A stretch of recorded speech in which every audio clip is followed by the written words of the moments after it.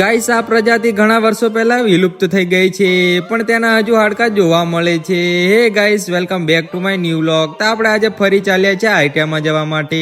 ITI માં જવાની તો આપણે ના પણ પાડી શકીએ, પણ ઘરવાળા આપણને દહીડીને મારવાની ધમકી આપે, એટલે આપણે નીકળી જવા પડે. कैसे कैसे लोग रहते हैं यार यहाँ पर. ખેર આજે તો કોઈ ફ્રેન્ડ પણ નતો આવવાનો સાથે, તો આપણે એકલા જ નીકળી ગયા ITI માં જવા માટે. પછી જોયો આપણે હ્યુમન બોડીના હાડકા જેવો દેખાતો ખંભો, જે સેમ ટુ સેમ માણસ વીજળીના તાર પકડીને ઉભો હોય એવું જ લાગે છે. પછી આપણે આગળ પસાર થતા જોયા રોડ વચ્ચે બકરા જોતા જોતા આપણે પહોંચી ગયા ITI માં જઈને આપણે અંદર બેસી ગયા. ખેર પછી પડી રિસેસ પડીને હું બેઠો હતો અને જોઈ મોટર જે આગ લાગે તો આગ ઓલવાનું કામ કરે, પણ આનું સીલ તોડતા જ આગ લાગીને હળગી જાય એવું લાગે છે.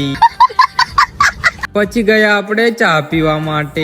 ચા પીને પાછા રિટર્ન વળ્યા ITI માં જવા માટે, કેમ કે હજુ છૂટવાનો ટાઈમ હતો.